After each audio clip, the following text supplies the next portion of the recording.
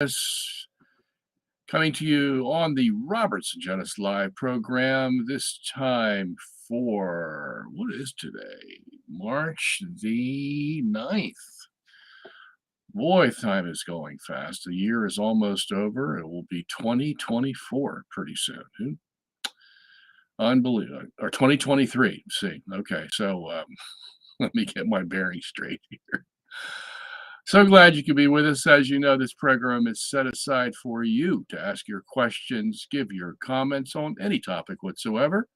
And I, as my role as host of this program, will endeavor to answer your questions to the best of my ability using our Catholic faith, scripture, tradition, the fathers, the medievals, the popes, the councils, the catechisms, and just about anything I can find to help you walk away satisfied that your question has indeed been answered. We come to you every Wednesday from 8 p.m. to 10 p.m. And usually we will have a special topic at the top of the program. And one of those topics, which I had promised you, was going to be E. Michael Jones, who's going to be talking about his recent book called The Dangers of Beauty. We covered this book, I think about a month ago it was, and we got through half of it, and we want to do the second half. And I heard from Michael today. He was ready to come on the program, said he was anxious to finish it. Lo and behold, he has not shown up. So, and then I called his house out there in South Bend, Indiana, and there is no answer. So I left a message and I told him if he gets in, get the message, click on the link we sent to him and we'll patch him in and we'll take off from there. So we'll see what happens. Until then, I will take some questions, Q&A, and there were a few that I had that people had sent me. And since I wasn't going to have Q&A tonight, now I don't know what I did with them. So, yeah, too bad for that. I'm not prepared because I thought we were going to be doing something else. Let me see if I had typewritten any of these out.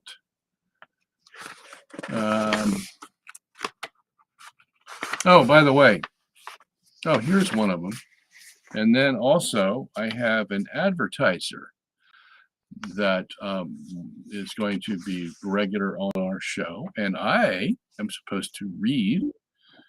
Now I see hear some things beeping in the back there. I don't know. Oh, that is E. Michael Jones. He is here, John.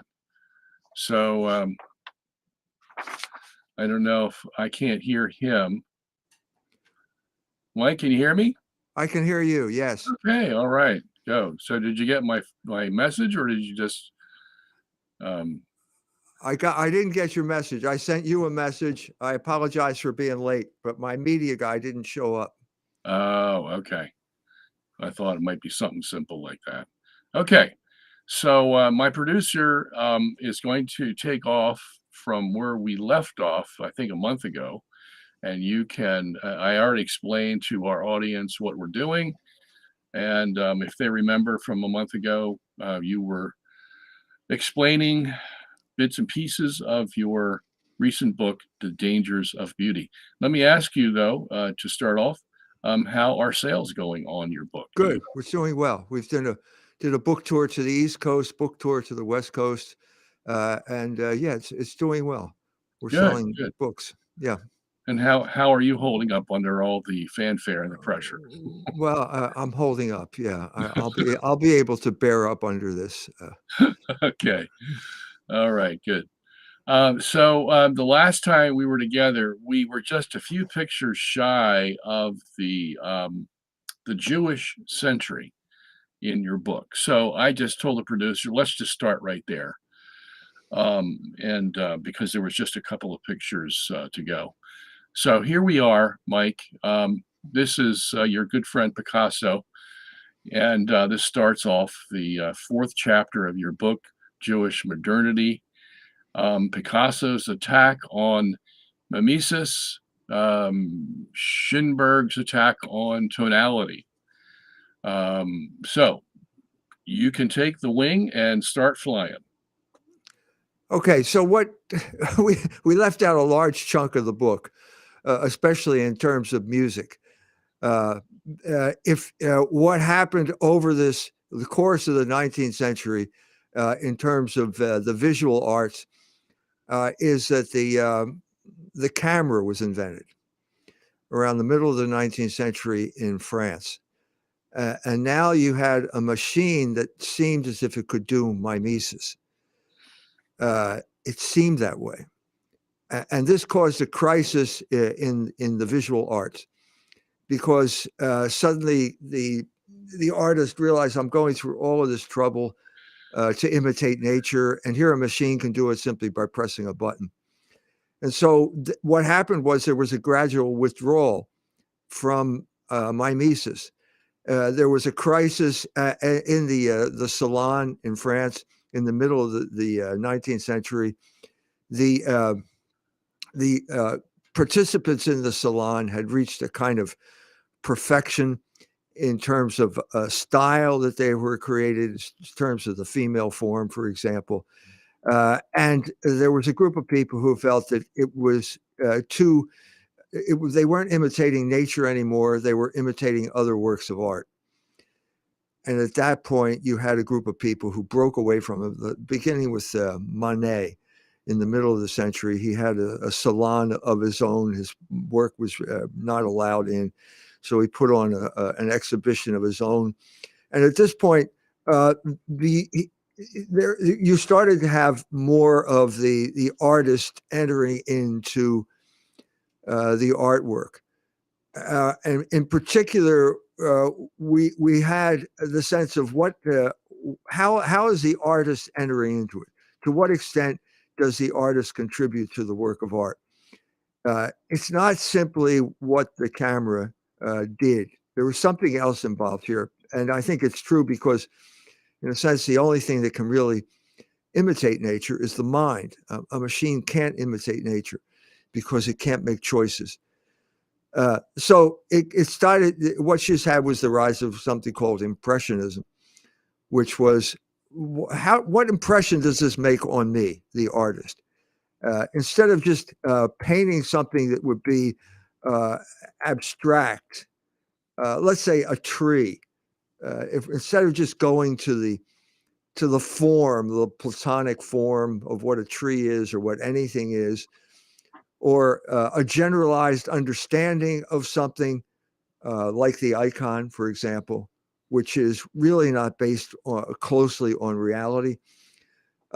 Let's talk about the impression it's make on the artist's eyes, and we'll talk about the difference that light makes over the course of the day, and so on and so forth. And that was Impressionism, and then you got to someone like Cézanne, who started to break things down again, even more radically, back to the forms, trying to find that form in nature in a kind of a radical way.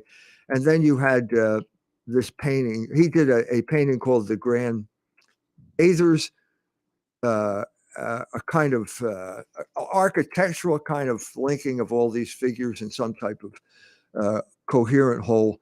And at this point, Picasso entered the scene. And what you're seeing here is Les Demoiselles d'Avignon. And it is his send-up of Cézanne's painting of the Grand Bagneur. Now, what you see here at this point, you're seeing something different now, because that was an imitation of nature. It was honest. It wasn't. I don't particularly find it satisfying. I think it was a withdrawal away from the boundaries of mimesis that had already been established. But it was an honest attempt. I don't think that's what we're dealing with here. This is Les Demoiselles d'Avignon. The d'Avignon is the red light district in Barcelona, I believe. So these are prostitutes, and they are engaging in deliberately provocative poses. And also, you've got this weird kind of addition of other elements, like the woman on the right-hand side looks like a baboon or like an African mask. And the other one down below that is deliberately disjointed. So you're deliberately thwarting the impression of the viewer who's trying to see from his point of view, why is that eye there? Why are the eyes, it looks like a flounder, two eyes on the same side of the head. Why is this going on? Well, it's going on because Picasso is trying to be deliberately transgressive at this point. A man who has a lot of anger build up inside of him. I think at this point he felt that he didn't get the recognition that he deserved. And so he's kind of languishing here. And then the big moment takes place in 20th century art, which is when the Jewish art dealer arrives. So the man's name was Kahnweiler. He was a German Jew. He arrived, and I think he understood the moment in art, which is basically once you start moving away from mimesis or realism, and once the picture starts to become more and more difficult to understand, more and more removed, this is the moment that the dealer becomes the powerful player in the art world. And that's precisely what happened with Kahnweiler and his relationship with Picasso and Braque. Kahnweiler showed up. He was a scion of a German Jewish banking family, wanted to make his way in art, but I don't think he ever lost his sense of being a banker as well. And the idea that there's the money to be made here. And the money to be made was basically by creating a movement, which he referred to as Cubism. He created the name Cubism, and there are all kinds of pictures that you could put up. This is which are more typical of that movement. It wasn't just Picasso; it was Georges Braque as well. And once Kahnweiler created the movement, he was in charge of the operation. So that established the pattern for the 20th century. The dealer now is the powerful agent. Because it's hard to tell what's going on simply by looking at it and seeing it as a great imitation of nature. Okay, a couple questions. This piece of art is probably, if it was sold, $250 million, as a lot of Picasso's art is sold for at Christie's these days.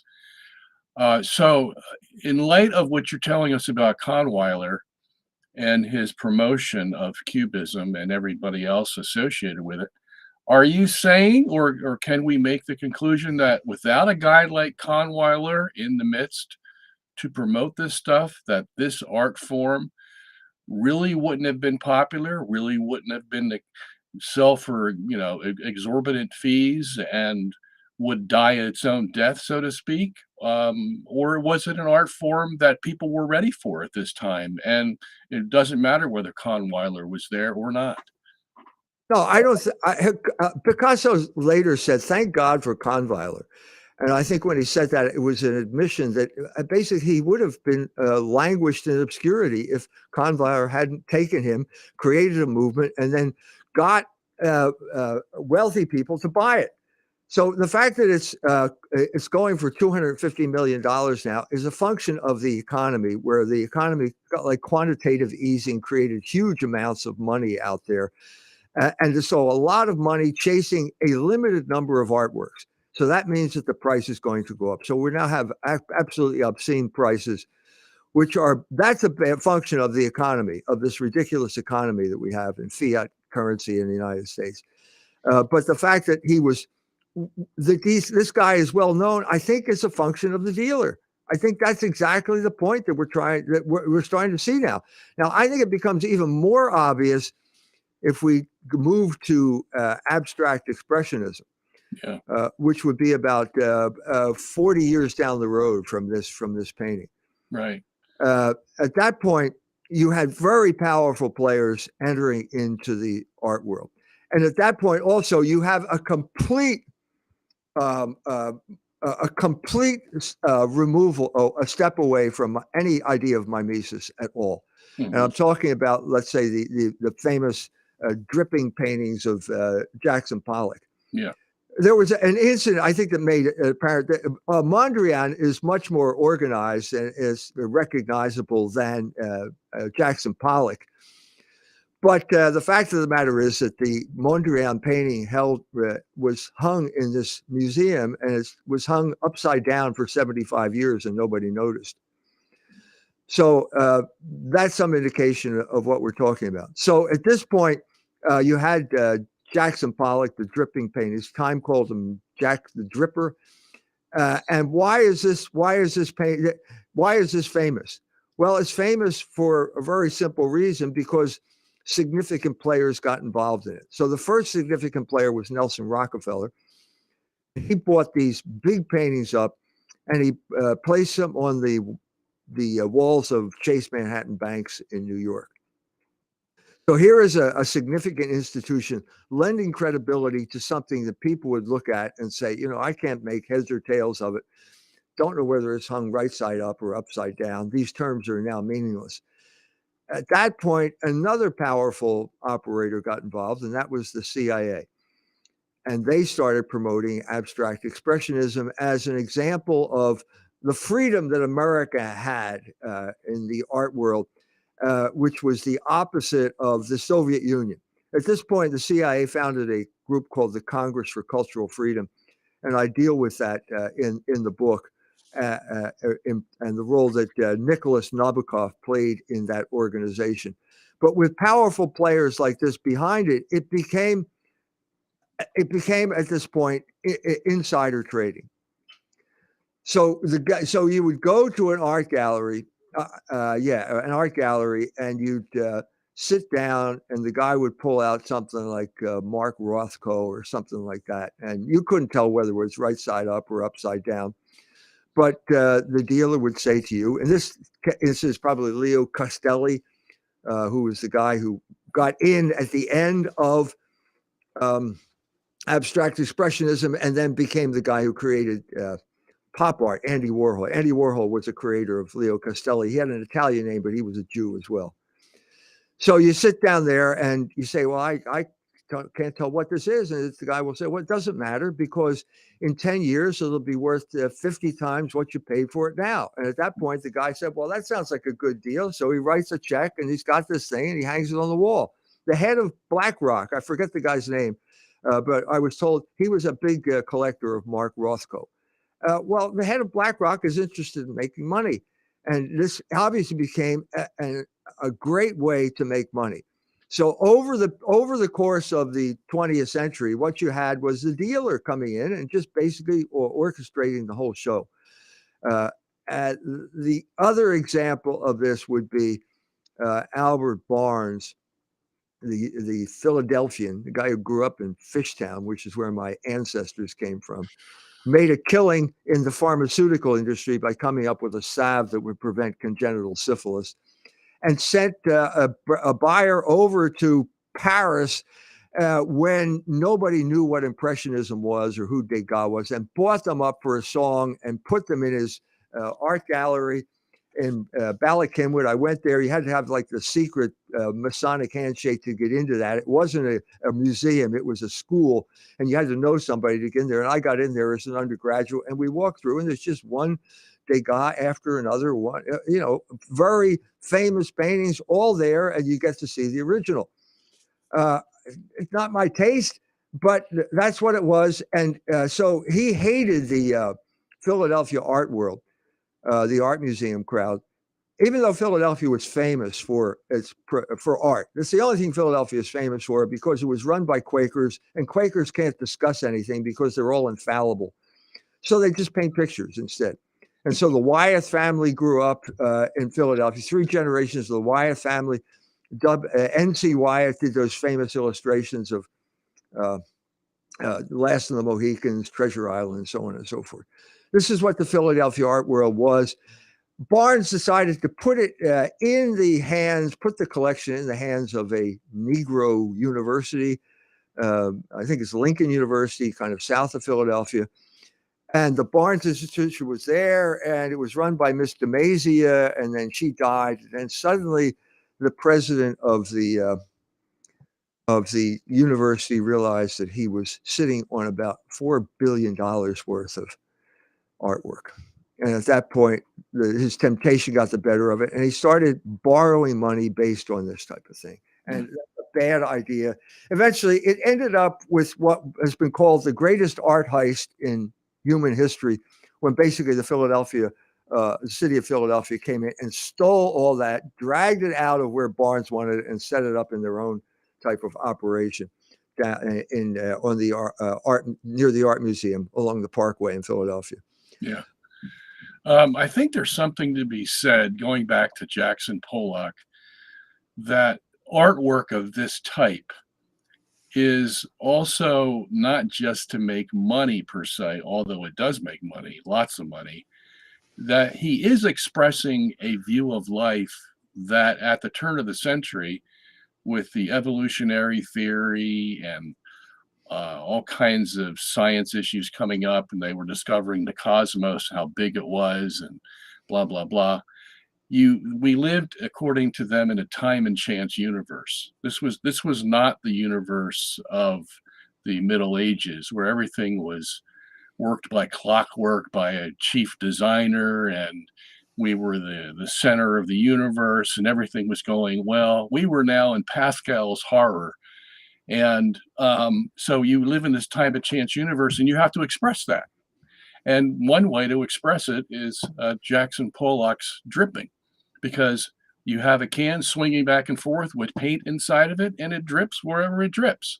And if there's no better expression of chance than that, I don't know what it is, but that's what it is. So it appealed to the men of that day, who said, yeah, that's the kind of universe we live in, time and chance. And that attracted them to that kind of artwork. And so Mondrian or Andy Warhol, whoever it was, when you look at this Picasso painting, you're basically seeing that same expression. It's not the Madonna of Michelangelo or Leonardo da Vinci. This is the grotesque thing of time and chance. That's the kind of world that men lived in the 20th century. And it's been well expressed. What do you think of that? Yeah, I think that's part of the chaotic world that people were experiencing at that point. But it's also, I think, an expression of will. The will becomes more powerful in these paintings. I think that's what you're seeing here. You know, the will of the artist is becoming more powerful. Okay. And I think that there's an appeal to certain people who felt that, well, they look at it and they think, well, I could do that. I think that's first thing. And so your will is now being empowered simply by the fact that guy's will is empowered. And you have this illusion that somehow, I'm an artist. I could do that. Whereas that's the exact opposite of what art was in the great period beginning with Giotto in Italy. Where it was basically a skill that you learned by becoming an apprentice to someone who already had that skill. And there were clear criteria, and art could not, Kandinsky said this in the 20th century, art cannot advance unless it's a realistic portrayal of nature. Because how do you know it's good? How do you know that this dripping painting is better than that dripping painting? How do you know? You don't know. Yeah. Well, So, but the point here is, so it's a little bit like the whole idea of sexual liberation, which was also part of that. That's clearly part of this painting. And basically, so I can do whatever I want. And now I've been liberated, but you liberated yourself from moral, practical reasoning. And at that point, you became a slave of your passions. Yeah. And so it became very a delusion experience very quickly, because this is about will, but you forgot to you didn't learn that it's the will of the powerful now. Mm. You're not powerful. There are certain powerful people who now get to determine what art is. Mm-hmm. And if you think you're part of that crowd, you're kidding yourself. Yeah. And that got worse over the period of time, which I call Jewish modernity, because the Jews, when the Jews took it over, they were naturally transgressive. They had a natural penchant towards being transgressive, and and they had this sense of empowerment that got worse and worse as the century went on. Okay, So, speaking of which, let's move on because we've been stuck on this picture for a half hour. There's a lot more to see. So John, okay, so here's your man. right. Now this is in some sense a completely different story. Okay, so in order to talk about Schoenberg, I have to talk about Wagner. And in order to talk about Wagner, I have to talk about Beethoven. To talk about Beethoven, I have to talk about Bach. All right, well, let's skip Schoenberg right now and let's go to the next picture. All right, this is Manet's painting of the, this is Manet basically giving his version of the Venus d'Urbino of Titian.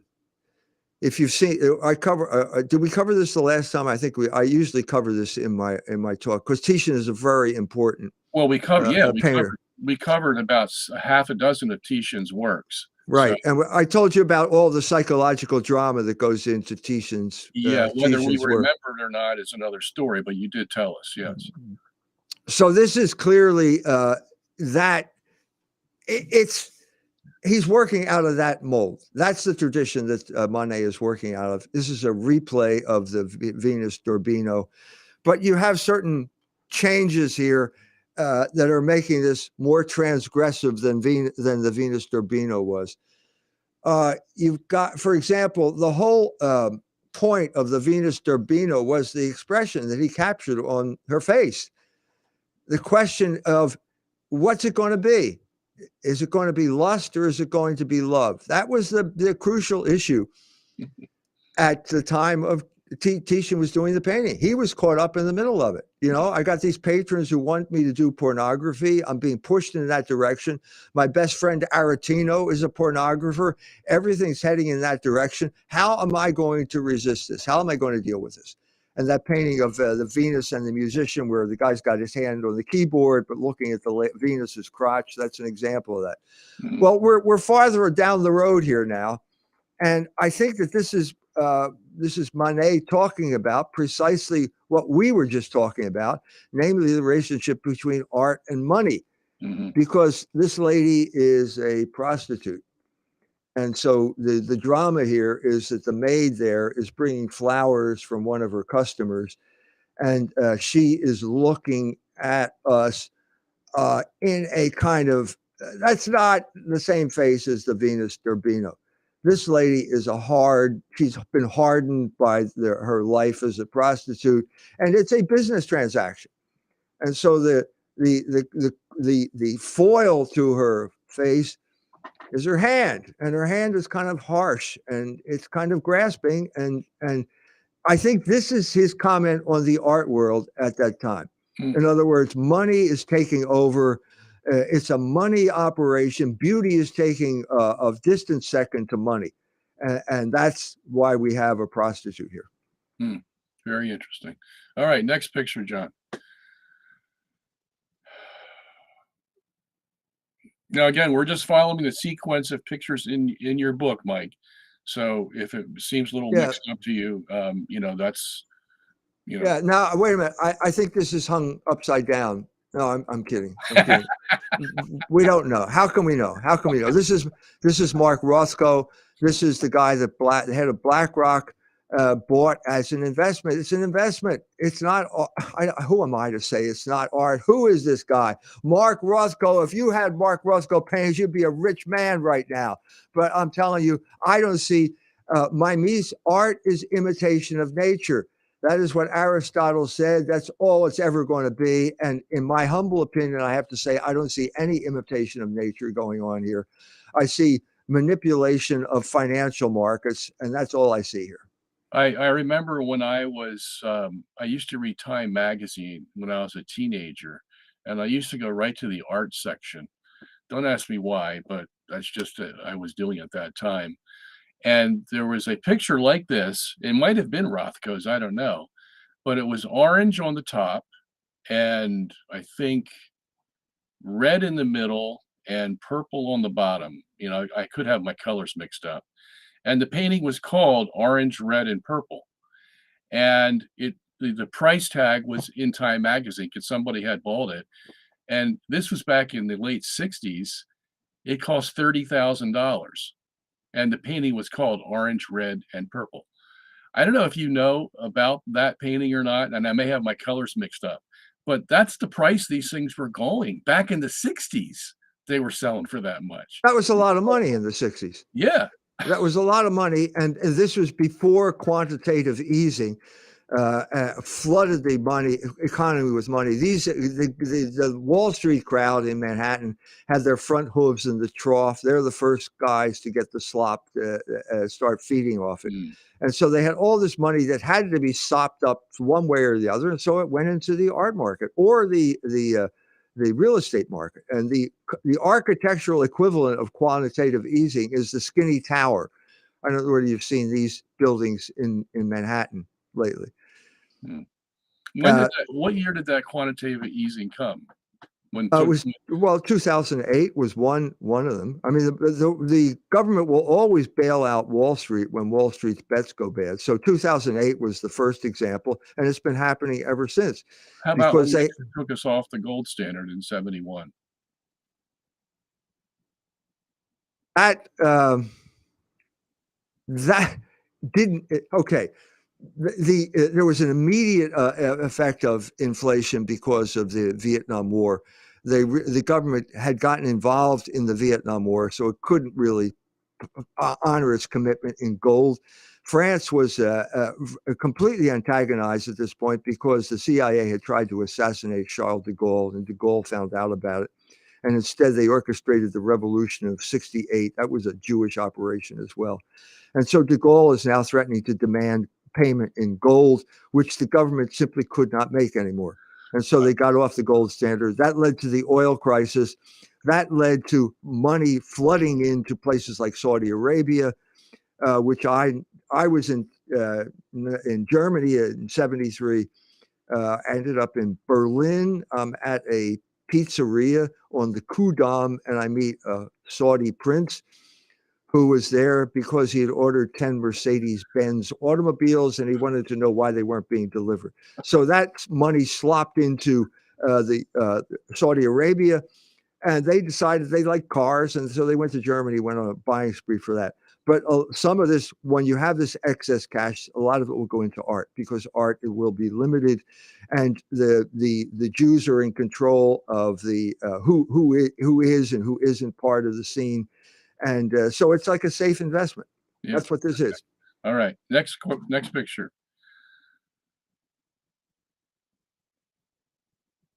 All right, so that's Kahnweiler. Yeah, Picasso and Kahnweiler. Yeah, you don't need to talk about them. We already talked about them. Next picture. This is more typical of Cubism. Picasso never really broke completely with nature in the way that, let's say, Jackson Pollock and Mark Rothko did. There was always something there that kind of kept hanging on, reminding you of something. But this is more typical of Cubism than the Damsel d'Avignon that we began with. So tell us, where did the term Cubism originate, and what does it mean? Well, it's little cubes, and I think it was Kahnweiler who came up with the term. Really? He was the idea that created the movement. It was a movement. Before that, it was just two artists kind of languishing without many people paying any attention to them. But once Kahnweiler got in, and once the prices started to come in and started to go up, then it was a time of movements, you know. And you're talking about the period leading up to and then following World War I, where there was a huge crisis of civilization. Everybody felt that the old forms were obsolete and we needed new forms for a new age. Bauhaus architecture came into being at this point, and this was an example of that. And people wanted to get in on what was new. Yeah. Okay, novelty always sells, doesn't it? Well, you can get it on the ground floor. If you get it on the ground floor, then you're going to make a lot of money. Okay, next picture. Oh yeah, this is one of my favorites. This is a nude of Picasso. I just threw this in there because it seemed to fit everything you were saying. Um, this is a nude called I Love Ava, and you can't see it, but in the lower end of the painting, he writes the words in French, "I love Ava." And yet this is a typical Cubist piece of art where you can't make sense out of what you're looking at. And this, as I said before, is portraying Picasso's view of the world. It's a topsy-turvy, time and chance, you never know what's going to happen world, and that's what you get when you look at this painting. You don't know what's going to come out of it. And yet he's a man that has to live in this world, whether he thinks it's crazy, absurd, or whatever, like most existentialists, he's got to live in it. And so the only thing he has to hold on to is his love for Ava. And he's painted Ava in many different ways. But here he expresses, yeah, this is all I have to hold on to, my love for Ava. Everything else is absurd. And that's your typical existentialist right there. Yeah, it's also Ava Goel was his lover, his girlfriend at this particular period of time. So if you want to, I think if you want to understand Picasso, you have to go through his mistresses, one after another, and in each instance you have the same trajectory, which is basically when he falls in love with the woman, he paints a realistic portrait because he's obviously interested. Obviously, he just fell in love with you. You're interested in what she looks like, right? Yeah. But at a certain point, he gets tired of her and he decides it's time to move on. And at that point, you get this cubist distortion. Mm. And this is an example of that. This is not the an early picture. I think it was probably meant ironic when he says, "I love Ava," because if he really loved her, he would do a realistic portrait of her, and he did. I go through a number of these pairs in the book, where it's the beginning of the love affair, it's realistic. The end of the love affair, it's not realistic. It's cubistic. And it's a function of sexual disgust. So Yeah. it's his revulsion at, I'm tired of this woman. She's a pain in the ass. She's always crying about something or other. I've had it. I'm moving on. That's the other painting. Yeah. So I wonder if he was a manic depressive or obsessive compulsive kind of personality, because his paintings change so much from period to period over how emotional he gets about his love lives and everything else going on in his life. Anyway, let's go on to the next picture, John. Oh, there it is. I love Ava. All right, next picture. Yeah, that's exactly. I think that's Ava. Is that Ava? No, this is Who is it? this is No, this is Marie-Thérèse Walter. yeah, Okay, there it is at the top left. she's a teenager when she meets. I think he bumped into her walking out of the subway in Paris, and he says, "Hey, I'm Picasso. We're going to do great things together." That's a photograph. I don't know whether we have an early picture of her, but this is the second picture over there is when he's getting tired of her. And at that point, she becomes distorted. The main thing in that second picture is Picasso's anger, I think.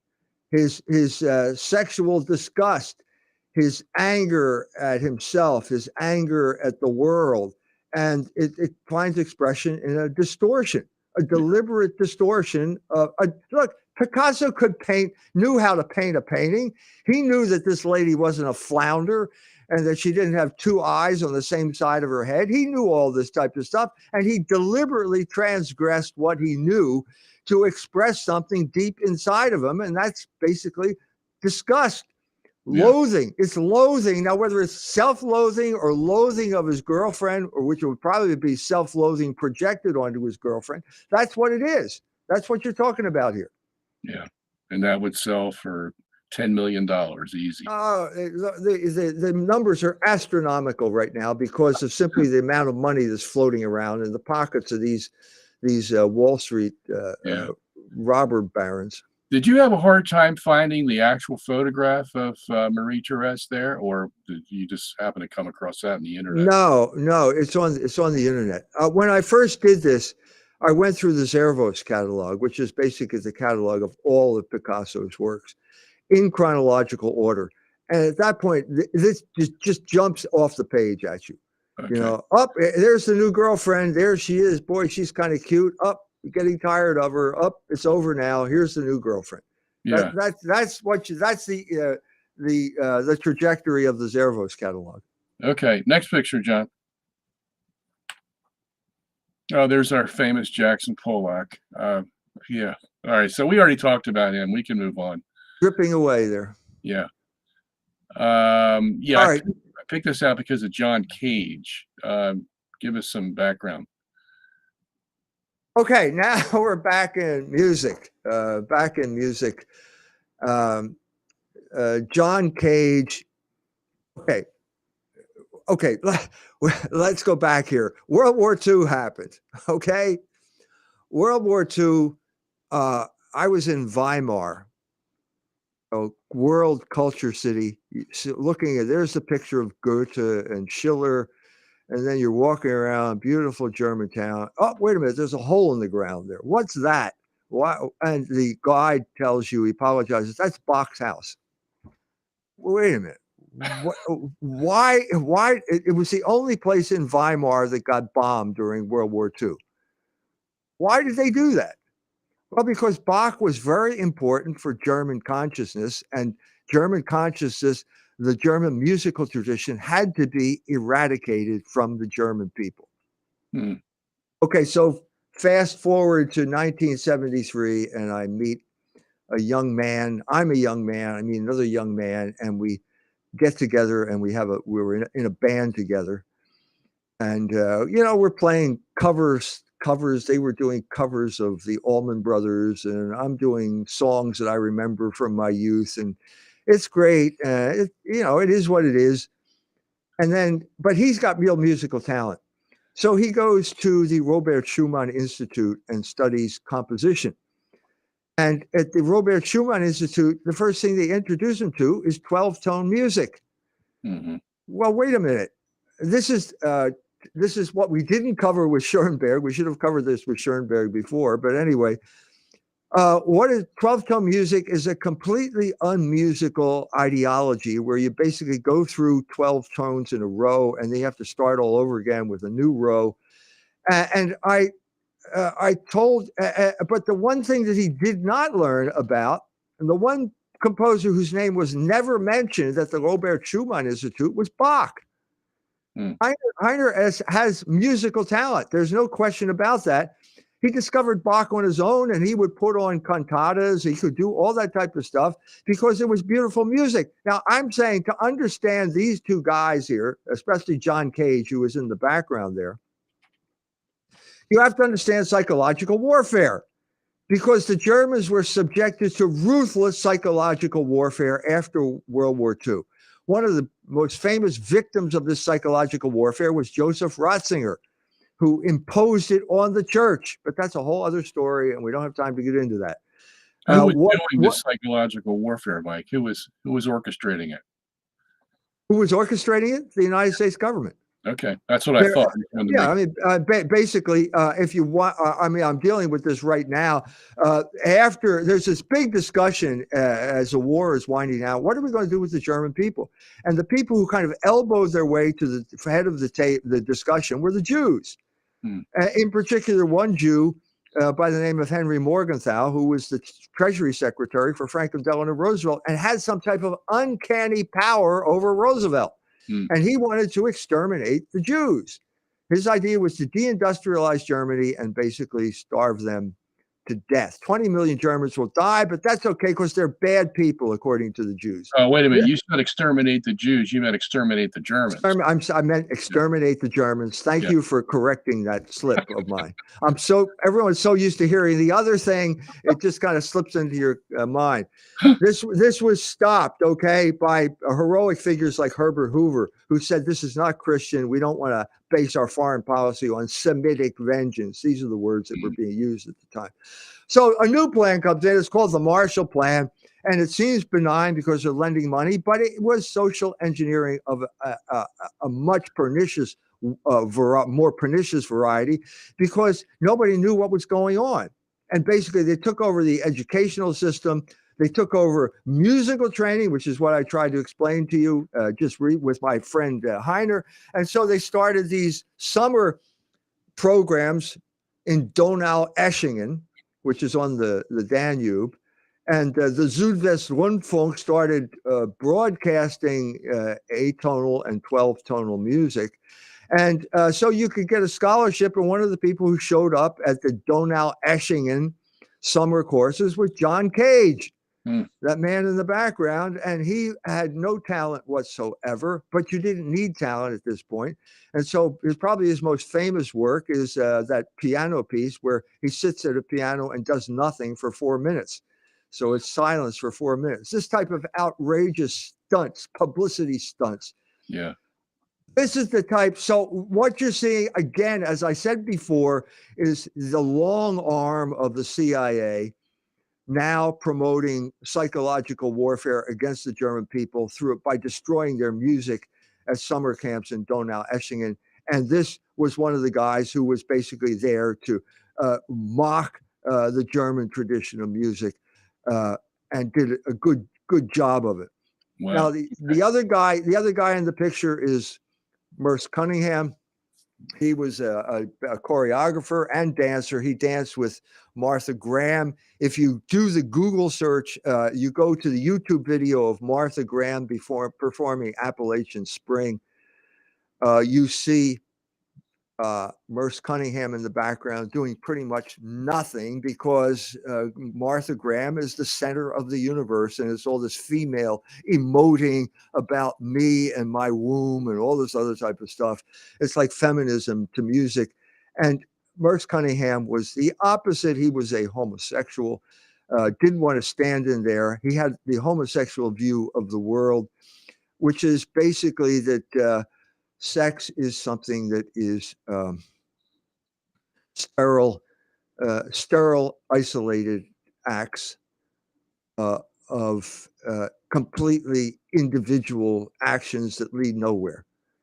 Yeah. So Merce Cunningham invented what I have children who have been in ballet. I have a son who's been in ballet for 20 years now. And invariably, when you get the new works, it is invariably the sex robot dance. And Merce Cunningham has the distinction of creating the sex robot dance. Basically, he said at one point that his idea of beauty was that picture of that man in space, just floating off in space. So it's completely disjointed. It's completely random. I guess that's the word. It's kind of like people are walking along the sidewalk and the light turns red and they stop, like you're in Manhattan. And then the light turns green and they start walking in. This is his idea of mimesis. This is the type of thing strained through the mind of someone who is a homosexual, who is at war with nature, the nature that he's trying to imitate. Yeah. Okay. Next picture, John. Now, this is from a German performance of Schoenberg's opera, Moses and Aron. Moses and Aron is a 12-tone opera. It premiered in Berlin in 1954. Everybody hated it. And to disguise the fact that everybody hated it, the producer accused all of the Germans of being anti-Semites because they didn't like the ballet, the opera, which is, it's insufferable. It's intolerable. I did this. I used to drive to Philadelphia on a regular basis. And usually the music makes the drive go faster. You put this on, I listened to the whole damn thing, and it seemed like an eternity to get to Philadelphia. This is what happens. It's so painful that, and at that point, some rabbi came in from Berlin and said, no, it's a crappy piece of music. Don't call it anti-Semitism because people don't like it. So at least the rabbi had a little bit of sense here. It's 12-tone music, but this is penance. What is going on here? Well, the Germans are bad people. The Holocaust. This is the Holocaust. If it weren't for the Holocaust, no one would ever perform Moses and Aaron. But now the Germans have to do it on a regular basis. It's a fairly new production, obviously, as penance for the Holocaust. That's the explanation of this piece. There's no other explanation. Yeah. What's the woman doing there? Is she naked in back of this? Yeah, band? this is the obviously there's the golden calf scene. It's Moses and Aaron. And so there's supposed to be an orgy there of worshiping before the golden calf. I think that's what's part of this. There are probably performances of this where you have a lot of naked Germans running around, which is something they do on a regular basis. But in order, in many ways, the naked women are a relief, a welcome relief from this god awful music. At least you have something. At least there's something attractive on the stage, you know? Yeah. All right. Next picture, John. I want to go a little faster here because I don't know. This is Kandinsky. Kandinsky, this is the man. Now, he did this kind of stuff, but he's the one who said art can't progress unless it's consciously imitating nature. So he knew this in spite of the fact that he did this kind of art. So I don't see any imitation of nature here. So well, there's a triangle. Oh, okay. Okay. There's an oval. Look, what does this mean? I don't know. Is this something where you're supposed to scratch your head and say, I don't understand it, but somebody smarter than I must understand it because it's on the wall of a museum, right? Yeah, that's right. It must be. Okay. All right, next picture. Gershwin, the painter. Yeah, now that's Mimesis. That looks like Schoenberg. So he was a talented guy. The famous story is all of these. Schoenberg ended up in Hollywood. The Jews who were escaping went to Hollywood. It was the Paradisus Judaeorum during the 1940s. Schoenberg loved to play tennis, and so did Gershwin. So the story is that they're playing, and finally the game's over, and Gershwin goes to Schoenberg and heard about his reputation as a famous composer and says, I'd like to have you give me lessons. And so Schoenberg says to Gershwin, well, how much money do you earn a year? And then Gershwin tells him, and then Schoenberg says, well, maybe I should take lessons from you. That's the story. That's the Schoenberg. So obviously Gershwin did not follow down the path of Schoenberg. Thank God. Thank God he didn't. There's the crucial turning point in 20th century music is something that was mentioned by George Antheil. And he said, when the first jazz band arrived in Paris in 1919, everybody heaved a big sigh of relief, because if we had to listen to one more piece by Schoenberg, we all would have committed suicide. So that is the turning point. So Schoenberg jumped in at the tail end of Dionysian music. His Verklärte Nacht was an imitation, a smeared version of Tristan und Isolde. And at this point, the sexual liberation jumped from classical music over to Negro jazz. And that's where Schoenberg picked it up, obviously influenced by jazz, did some very likable pieces. Porgy and Bess is now part of the repertoire, the operatic repertoire. I think it deserves a place there, but that's the change that took place here. That's by Schoenberg. I didn't realize that. Okay. Wait. What's by Schoenberg? Are you talking about Porgy and Bess? No. Porgy and Bess is Gershwin. No, Schoenberg would never do anything like that. All right. That's what I thought. Okay. All right. Next picture. All right. Here we go. Pope Pius X put a stop to a lot of things. Tell us about it. Well, the most important thing he did in this regard is issue a motu proprio on sacred music. So he was an Italian, conversant in all of Italian culture, especially the music, a very educated, cultured person, in many ways like a successor to Federico Borromeo, who was the cousin of nephew of Carlo Borromeo, who basically saved sacred art for the West at a crucial moment at the time of the Reformation. when the Protestants were heading toward iconoclasm and the Italians were heading toward pornography. But Pius the X is now right around the time of Les Dames d'Avignon, completely different worlds.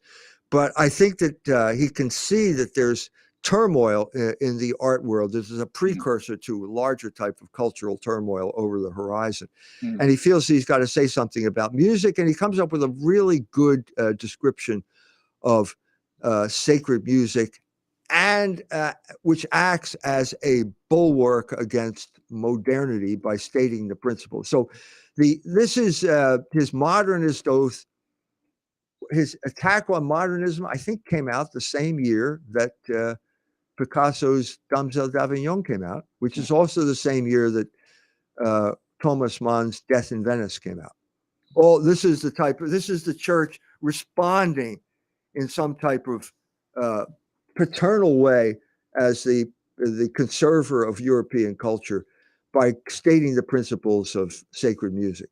In your opinion, Mike, how far did Pius X's stop of modernity take effect? I mean, into what years can we see definite inroads by the church into stopping modernity, and then all of a sudden, of course, it takes off? Modernity does, and it takes on a life of its own. How much of an influence in decades do you think Pius X really had? I think Jacques Maritain was very influenced by him. He wrote a book his first book was Anti-Modern. He was full of zeal at this point. He was a convert. He converted away from Bergson. He'd become a Thomist at this point. He was associating with Garrigou-Lagrange, and he was full of zeal for Thomism at this point. So I think it had an influence there in France, which is where the neo-Thomistic movement really took off. It was more a creation of Leo XIII, especially his encyclical Aeterni Patris, than it was Pius X. But I think it had an effect, and I think it lasted up until Second Vatican Council. And I think the man who killed it was Joseph Ratzinger. I wonder what Picasso would have thought of Pius X if he knew that Pius was trying to stop him in his tracks. Do you think he was that alert? No, they lived in completely different worlds. I mean, Picasso is some disreputable bohemian from from Paris. In total rebellion. He was a Catholic. Of course he was. He was a Catholic who was in total rebellion against the Catholic faith and was putting it into his artwork. And so I think that Pius X, first of all, he would have never seen this type of stuff. Who would have known that this was going on? Certainly not Pius X. If he had seen it, he would have been appalled by it. It would have struck him as barbaric. Yeah. And this is a man, it's deliberately barbaric. Of course it is. You got the baboon face on the one lady, and you got the African mask on the other. It's deliberately transgressive and barbaric because he wants to overthrow the norms of European culture that the Pope is trying to preserve. Yeah. So they're completely at odds with each other. Picasso wasn't as popular during this time, so Pius X probably never even. No, he would have never heard of him. No, he never would have heard of him at all. Yeah. And if he had, it would have been, my son, why are you rebelling against the Catholic faith? You need to go to confession or something. Obviously the proper response for somebody like Picasso. One of Picasso's earliest paintings, 18-something, he painted the girl receiving her first communion. Have you ever seen that? Yeah, I have. He knew how to do realistic paintings. He didn't want to put in the effort. He could have done it. He could have worked on his talent. This is something that comes out later, especially when we deal with somebody like Leonard Bernstein, who basically had some type of talent and suddenly at some point realized, hey, this is a lot of work. I think I'd rather be a superstar conductor because I have the adulation of the man. I get on television, and so he just never really progressed as a composer. Yeah, I get the same thing. Right. So the same thing was true of Picasso. He used to do imitations of people that he knew he couldn't excel at anymore. And that is precisely what happened to Leonard Bernstein when the Kennedys commissioned a mass. I mean, All he right, had done. we're going to get to that in a second here. Okay, all right. No, John, let's switch pictures. All right. Jacques Maritain. All right, there's your man. As a young man, doing Thomist seminars with Garrigou-Lagrange in Paris, and then concluding that Europe was like Byzantium when the Turks were overrunning it and decided to take the sacred vessels across the ocean to America, where he became a fixture of Catholic life at places like University of Notre Dame and Princeton. Okay. All right. So do I remember you saying about Maritain in this section that he wasn't really a Thomist? No, he wasn't. Neither he nor Gilson. I go into more detail in Gilson. But Gilson, the most famous Thomist of the 20th century, probably, is not a Thomist when it comes to aesthetics. He's a Platonist. I was stunned when I was reading his book and I said, I can't believe my eyes here. I can't believe what I am reading. This guy is not a Thomist. I thought, I'm going to call up Ralph McInerney. Ralph had been dead for 10 years at this point. You know, he was the only guy I could think of talking to because he knew these people. He knew these people personally. He was the head of the Maritain Institute. This was totally shocking to me. Totally shocking. Okay. Let's go on a little bit here. We got a lot of stuff to cover. Do you want to say anything about him? This is Stravinsky, great composer, absolutely great composer. Is that Nikki in the background? That's Nikki Nabokov, I think. Yeah. Yeah, that's Nikki. He was the cousin of Vladimir Nabokov, who wrote Lolita, Succès de Scandale. He was a Russian aristocrat, and he was a friend of Stravinsky. And Stravinsky was a very serious composer who was caught in the middle of the culture wars. At this point, it was known as the Cold War. And the simple fact was, who was going to produce the better music? Was it America, because we had this freedom to express ourselves and drip all over canvases? Or was it going to be those evil commies in Russia where Stalin jumps in and tells Shostakovich how to compose his next symphony? That's the contest. That was the contest. And Nikki confronted Shostakovich at one of their Congress of Cultural Freedom. No, it was the commie event, and he confronted there, became a hero, and got brought into the CIA at that point. Tchaikovsky always intrigues me because was he a symbol of a deeper musical talent in Russia, or was he just an enigma that came out of nowhere? He's a genius. He's one of the great geniuses of, he's one of the great geniuses of all time in music.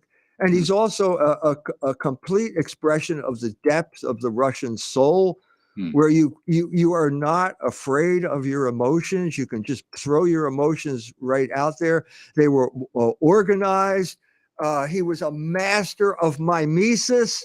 He created he created basically the ballet as we understand it today, which is basically 4 Russian masterpieces by Tchaikovsky. The only reason my son is a ballet dancer is because his older sister dragged him to performances of the Nutcracker, which is a holiday ritual of deep significance, because it's an expression of the nostalgia that we all feel about these lost worlds that existed before the revolution. Okay, next picture, John. Who is this guy? Ezra Pound. Ezra Pound, yeah. One of your heroes, right? We are jumping around all over the place here. Hey, I'm just following your pages, buddy. Don't blame it on me. There's a lot of text in between these pictures here. Yeah, I know, but I can't photograph the text. I can only photograph the pictures. Yeah, so this is Ezra Pound. He was a brash American who showed up in London. He's got a flaming head of red hair. He lived in Philadelphia. I have a fantasy. He's basically a contemporary of my grandfather. I have a fantasy of my grandfather bumping into Ezra Pound on Chestnut Street in Philadelphia. Probably didn't happen, but it could have happened. So he goes to London and he meets T.S. Eliot, another expatriate, American expatriate. London is the center of the literary world at this point, because we're talking about the period immediately preceding and following World War I. And he basically orchestrates one of the great reforms of poetic language in the history of the English poetry, comparable to the reform of language that Wordsworth and Coleridge did at the beginning of the 19th century. Just tell us in 25 words or less what reform, what had to be reformed, and how do we recognize? Well, so in the aftermath of World War I, everyone's feeling disillusioned. So what would poetry be at this period of time? It could be Rudyard Kipling. Rudyard Kipling was the opposite of what these people wanted. It could be Tennyson, it could be any of these people, where they had a kind of flowery discourse of the sort that was, you would say, let's say Dryden was earlier, and Wordsworth said, nobody talks that way anymore. I'm going to have to do something else. Well, this is what Ezra Pound and Eliot did in the 20th century. Nobody talks that way anymore. You may talk a gin and beer when you're quartered safe out here and sent to penny fights and Aldershot it. But when it comes to slaughter, you will do your work on water and lick the bloomin' boots of him that's got it. Now, in India's sunny clime, where I used to spend me time, a servant of Her Majesty the Queen, the finest man I knew in all that black-faced crew was a regimental bistie, Gunga Din. Now that's great poetry. I mean, I remember that from reading it as a child. It's still in my memory. It's just it's poetry. But nobody wants to talk about British imperialism anymore, especially when you come to lines like, "For all his bloody-eyed, he was white, clear white inside." Well, you're not going to get that at the seminar, the poetry seminar at the university anymore. You know, it's an era that basically had faded. You now had Bloomsbury, you had sexual decadence, you had people who didn't want to carry the white man's burden anymore. This is a reality, and Pound and Eliot basically tried to, remember what I said? Mimesis is imitation of nature. So if you're imitating nature now, you're imitating the way people talk, the lives they lead, and you come up with something like The Wasteland. Or before that, this is before, again, this is that magical year, 1907, when Picasso did Les Dames d'Avignon. T.S. Eliot writes the love song of J. Alfred Prufrock when he goes out in the evening sky, etherized like a patient on a table. Wow, that's not Kipling. I guarantee you. That's something completely different. And there were people who felt, well, this is mimesis. We're now talking about the world we live in right now with motor cars and bombs and trenches and poison gas and all this type of disruption to European culture. And that's what The Wasteland was. That's what it was. And that's why it's important, because, again, art is mimesis. And this was much closer to the realities than those Victorian poets. Good show. All right. Tell us a little bit about Ezra's run-in with the Jews. Let's go back to Ezra. That's the Nazi salute, isn't it? Yeah. Next picture, John. So I think this is Ezra Ezra hated capitalism. God bless his soul. I hate it too.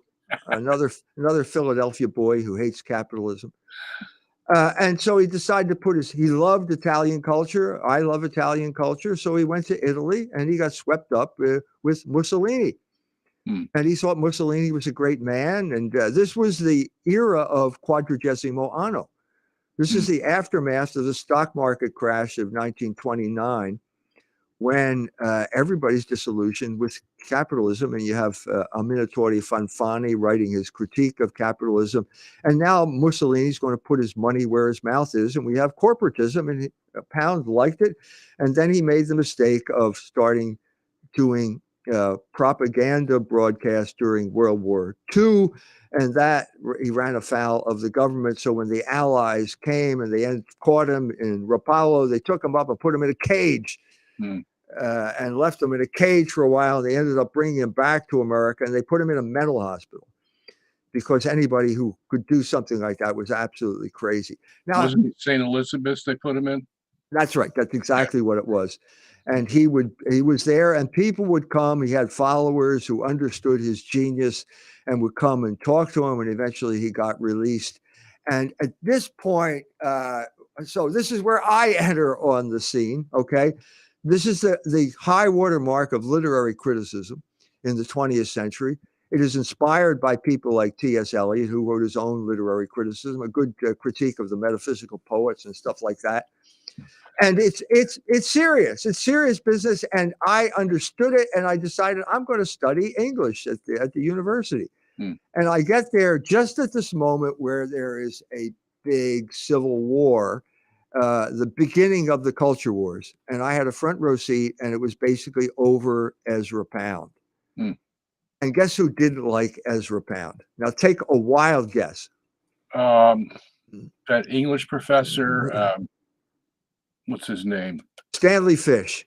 Oh, Stanley Fish he was my professor in graduate school at Temple. He was literary theory, and it was clear that he hated the new criticism. And what was the principle of the new criticism? Basically, that the art is simply the sovereign. It's a work of art. It is a piece of either it's well constructed or it's not, and that's the end of the story. That is not what the Jews believed. The Jews were all involved with socialist realism on one part or another, either in music or in art or in poetry. And I gave you one of the examples of that ridiculous poem about the hand grenade of the sun, that type of thing. Propaganda. So it's basically, so I don't care how skilled a poet Ezra Pound was. He was a fascist, and he collaborated with people like Mussolini, who collaborated with Hitler. He's a bad person. And so we should not read him anymore at the university. That was the battle. And the Jews won.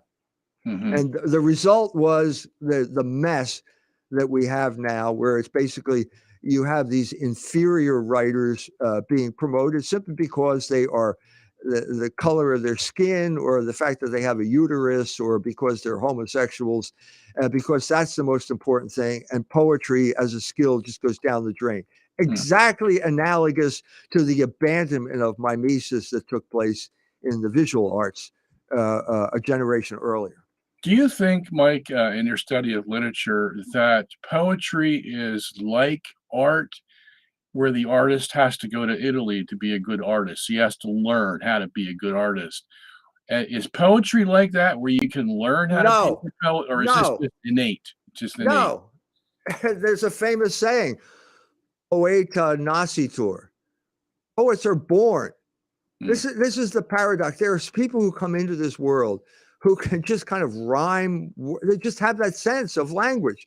It's innate. I really think it's innate. That's what everyone says. Painting is not innate. It takes a long period of study to learn how to use that brush, how to use the techniques. It's the exact opposite of poetry. And you have all kinds of people like Bob Dylan. He won the Nobel Prize for poetry. You can listen to his music. Johnny's in the basement mixing up some medicine. I'm on the pavement thinking about the government. Look out, kid, they keep it all hid. Better jump. Now, this is a man that just has a knack for putting words together. Problem with this is it doesn't make any sense. And in order to have great poetry, you have to have that brilliant kind of wordplay, and it has to rhyme, it has to have the right meter, and it's got to make sense too. And if sometimes you just have one or the other. So when you have this socialist realist poetry, it is horrible. It doesn't scan, it doesn't rhyme for the most part, but your heart's in the right place and you want to blow up capitalism. So God bless you. That's great poetry now. All right, go ahead.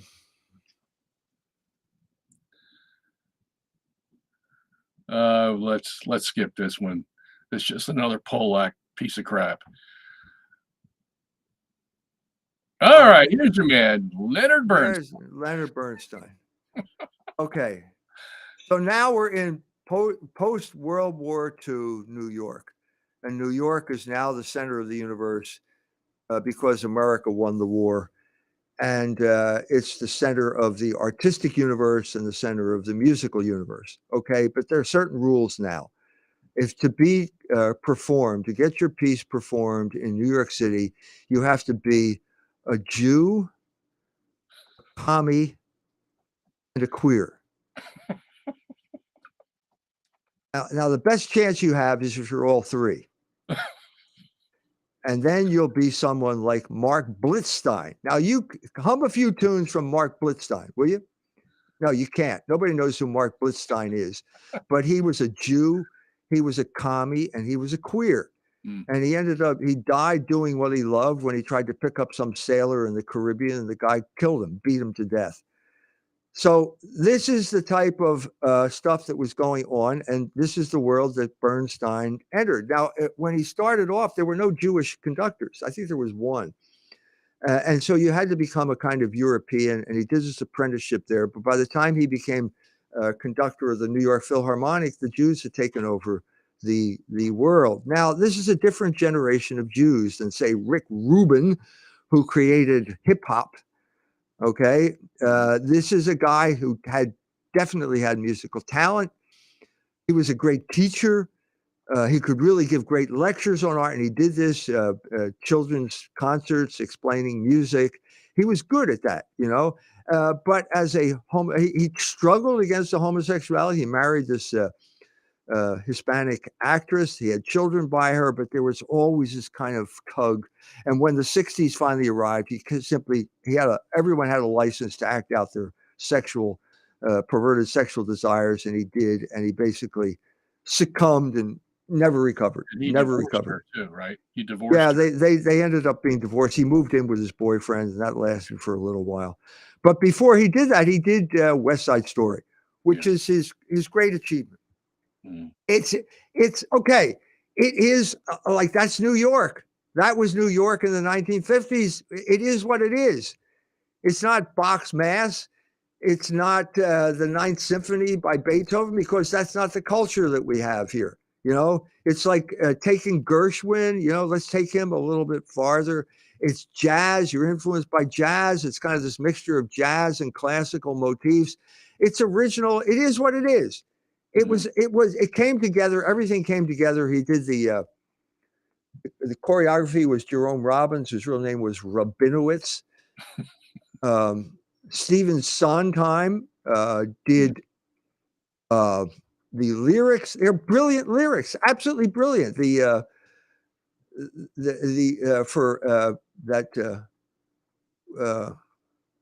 forget the name of the song, but anyway, one of the lines is, that Puerto Rican punk'll go down, and when he hollers uncle, we'll go on the top. Well, that's Derry, you know, rhyming punkle and uncle. That's funny. That's clever.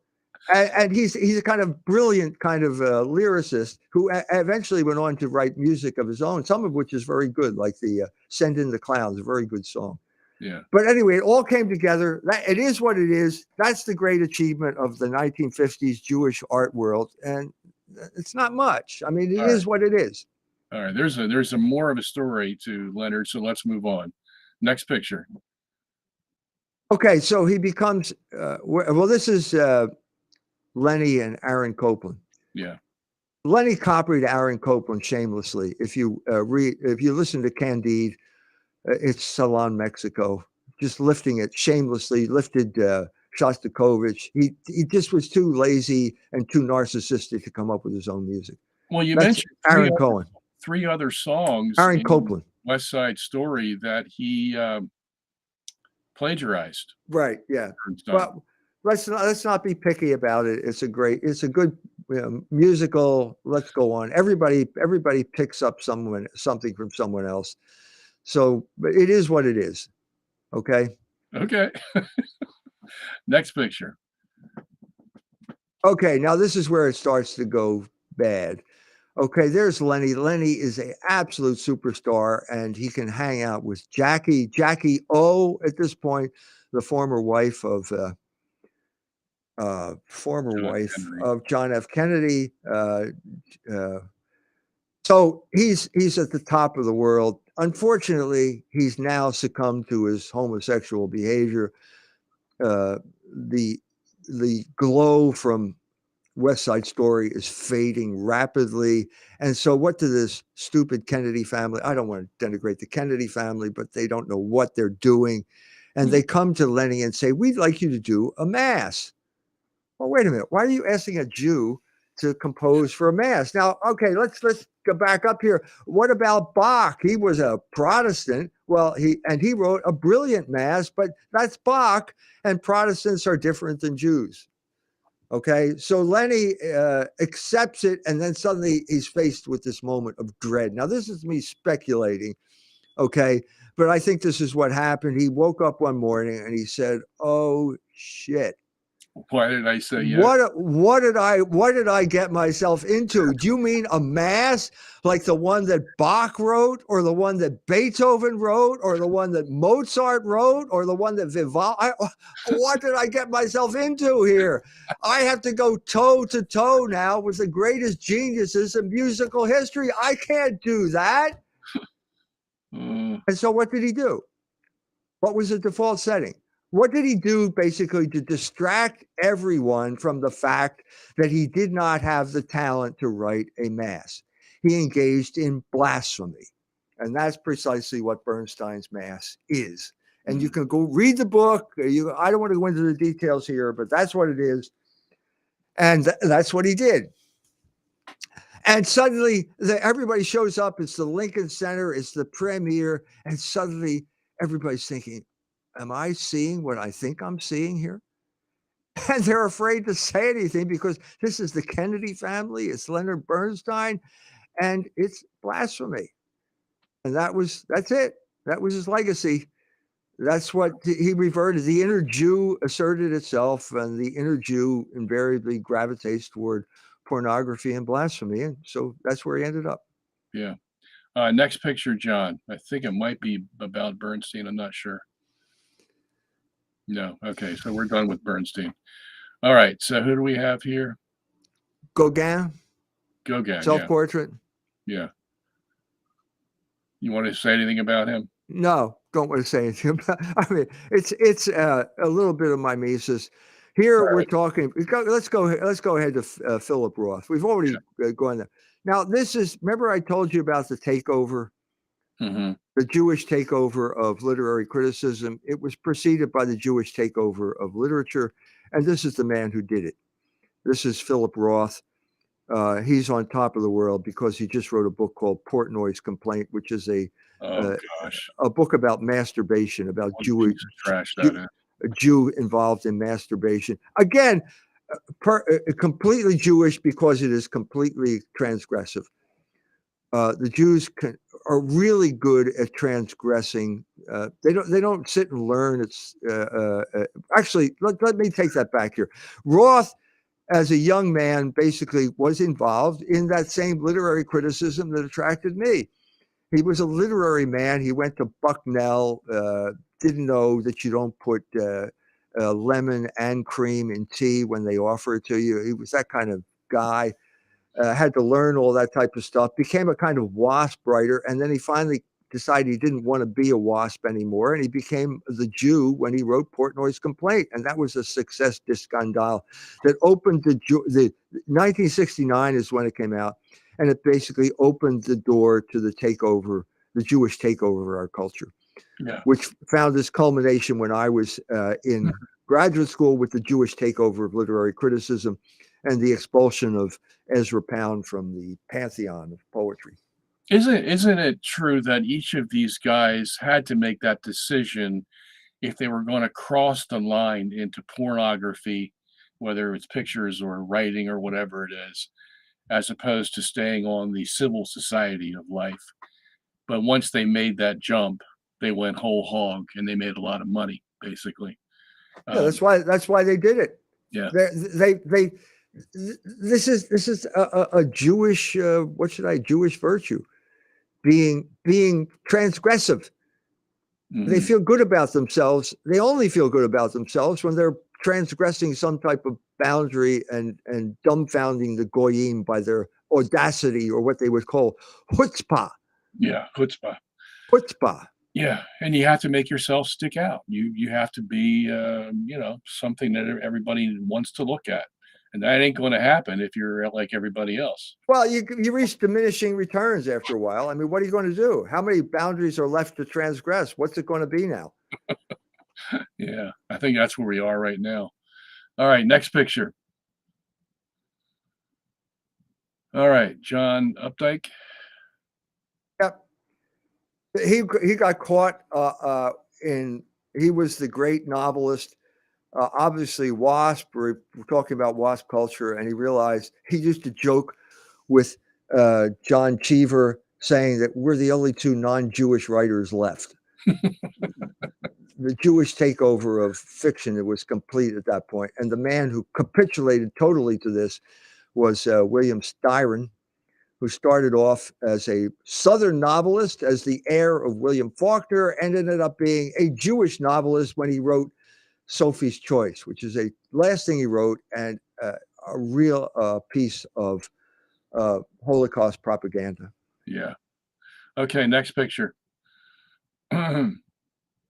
One of my favorites. Clockwork Orange, Stanley Kubrick. Right. Transgressive films. Yeah. Breaking down the barriers around the same time. Yeah. What was the real message of this film here, Clockwork Orange? Well, Burgess, I think that I think that basically Stanley Kubrick took it over and appropriated something that was supposed to be a protest against social engineering, or Watsonian behaviorism, where you can eradicate evil by conditioning people like this, by making him. I think they're making him watch violence and pornography. Yeah. At this point. To basically, I don't know, I forget, were they shocking his genitals? So are you supposed to have? They loaded him up with nauseating chemicals that made him sick. So when he looked at the pornography or the violence, he got sick. At the same time, he saw pleasure, and they thought the mixture of these would deter him from doing it again. Yeah, so that's what Burgess is complaining about. It's this Watsonian behaviorism, which is stupid, and it doesn't work on human beings. All right. But Kubrick turned it into basically an attack on German music. Beethoven. A little Ludwig van. Let's live in some of that Ludwig van. And so you're kicking the guy.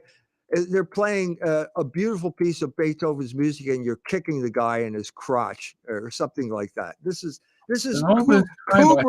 Kubrick being transgressive here, and again expressing hatred of the culture that he could not equal, just like Bernstein. You'll never be able to produce something as beautiful as Beethoven.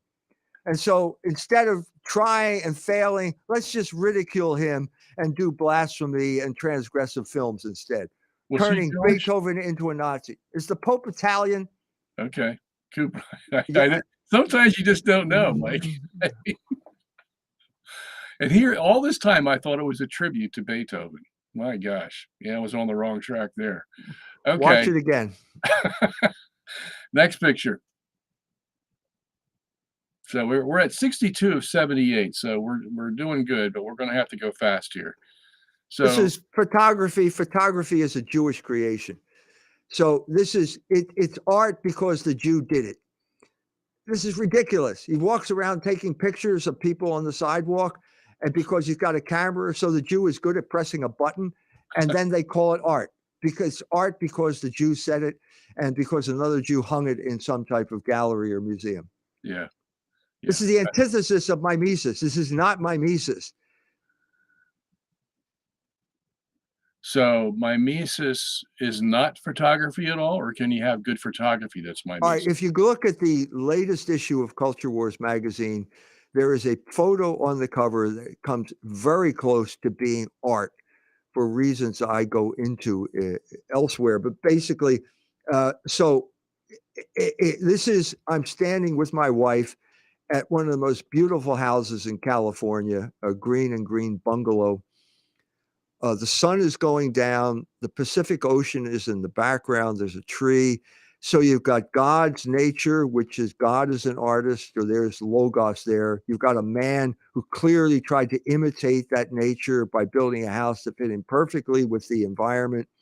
You got two human beings in a relationship with each other, and you got the sun going down, illuminating, unifying the scene. And my friend Allegra pressed the button at exactly the right moment, and she captured that moment. The genius was she knew when to press the button. This guy doesn't know when to press the button. So she pressed the button at the right time, and it has that type of unity and beauty that we would associate with art. So I'm going to concede that, but I'm saying that what's really the work here is the mind of Allegra, who knew when to press the button and knew how to aim the camera. That's where the mimesis comes in. Okay. Next picture, John. Oh, Mapplethorpe. Robert Mapplethorpe, okay, the man who made homosexuality mainstream, Catholic boy from Ozone Park, corrupted by the Jews who ran the art world, succumbed to his homosexual passions and ended up just taking pictures of deviant behavior in sex clubs. All right, next picture.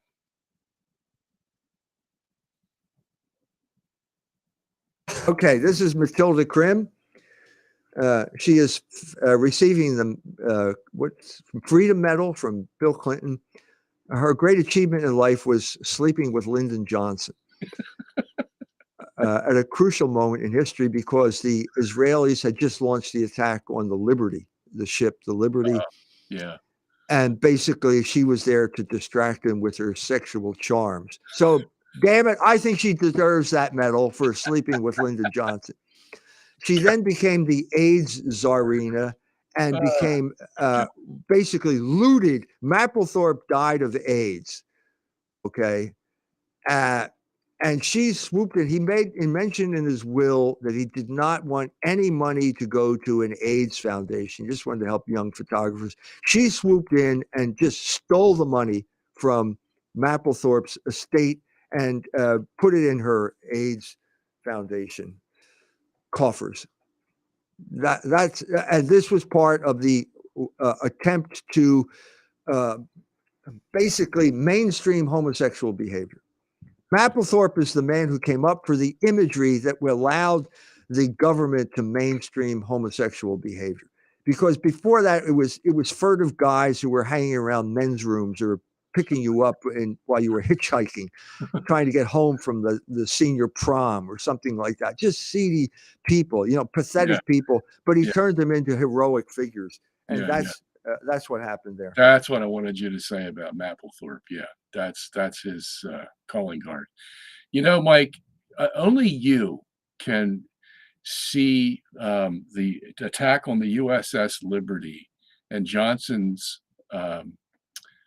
very successful attempt to cover it up. At the same time, he's making love to Matilda here, and put those two together in the same sentence. And give us right. history of the United States. Yeah. I mean, only you can do that. Yeah, it's my charism. Talk about a special talent of poetry. That's it. All right, next picture. Terry Eagleton. Yeah, Terry Eagleton he was he's a Marxist literary critic who basically hated formalism, as all Marxists do, felt that Eliot and Pound and those people, the new critics, were formalists. There is an element he's to a certain extent right. The problem with new criticism is that it did degenerate into formalism, and it became sterile because it just lost contact with history and biography.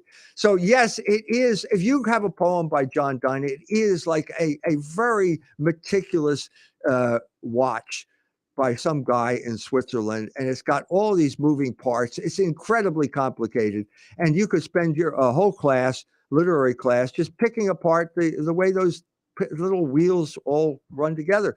But that's really not that's not all that poetry is. And they kind of missed the boat, and they spent too much time spending too much these minute ahistorical analyses. And the time came along, and when the Jews orchestrated their uprising, it was Eagleton was part of it because he was a Marxist. Most Jews, he's a Catholic boy. He wrote a memoir about how he used to serve at Mass. And then what happens to all Catholic boys? How do they go from being older boys to flaming Marxists? Well, the answer is through sexual revolution. That's exactly what happened to Terry Eagleton. He lost the faith because he got involved in screwing too many, girls at the communist meetings and so on and so forth. Well, he was married, by the way. Yeah, so it's a story I've told many times before, and so he ended up basically going to Oxford, or was it Cambridge or Oxford, one of those places, and urging, this is serious. We have the class struggle. We need to participate. Well, wait a minute, Terry. If you're really serious about it, why are you talking about poetry then? Pick up a gun, buddy. Where is your AK-47? Go down and gun down the capitalist exploiters.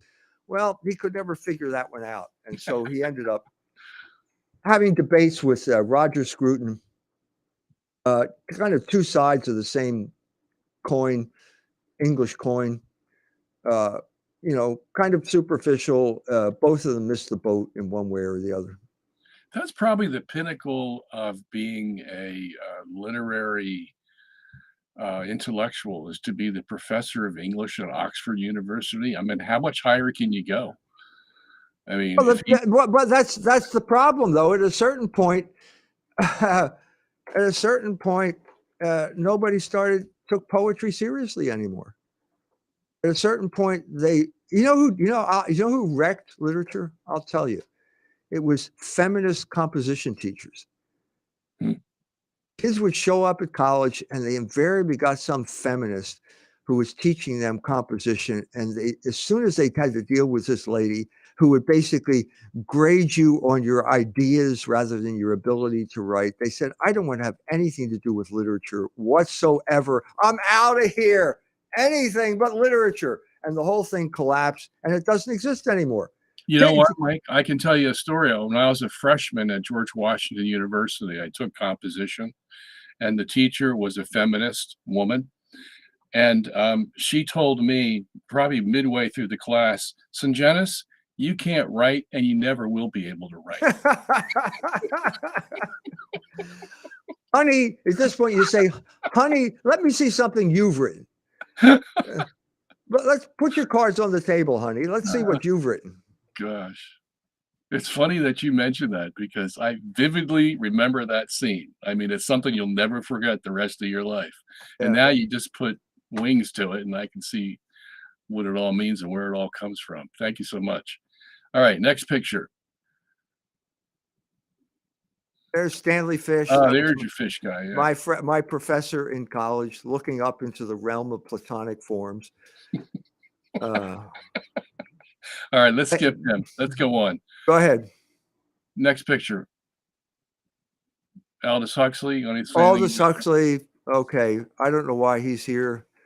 Very important figure. Brave New World is a very important book because this is the beginning of the introduction of forms of covert control, like drugs, like sexual liberation, all of these things. He was ahead of his time. And if you want to read about where it began, read Brave New World. It's a very important book. Yeah. It's a very thin book, too. It's not much there. So it's not like you get bogged down reading it. It was much more prescient than 1984. Yeah. Because Huxley was plugged into the establishment that was at Tavistock and places like that, came over here and promoted LSD and all sorts of, he was a guru in the 1950s, clearly a guru. Plus that title, Brave New World. I mean, you can't get much better than that. Well, that's Shakespeare. That's what Miranda says in The Tempest. Huh. Oh, brave new world. That's what she referred. That's America. Huh. Okay. Well, learn something every day. Okay, next picture, please. Okay, critical race theory. That's where it went down the drain. This is Noel Ignatiev. He was the Jew who came up with critical race theory, which is a totally Jewish operation of the sort. It just blew up. You probably noticed the explosion last week with Kyrie Irving. Yeah. And the ADL condemning Kyrie Irving, the ADL blowing up the best operation the Jews ever had, which was basically the Black Jewish Alliance.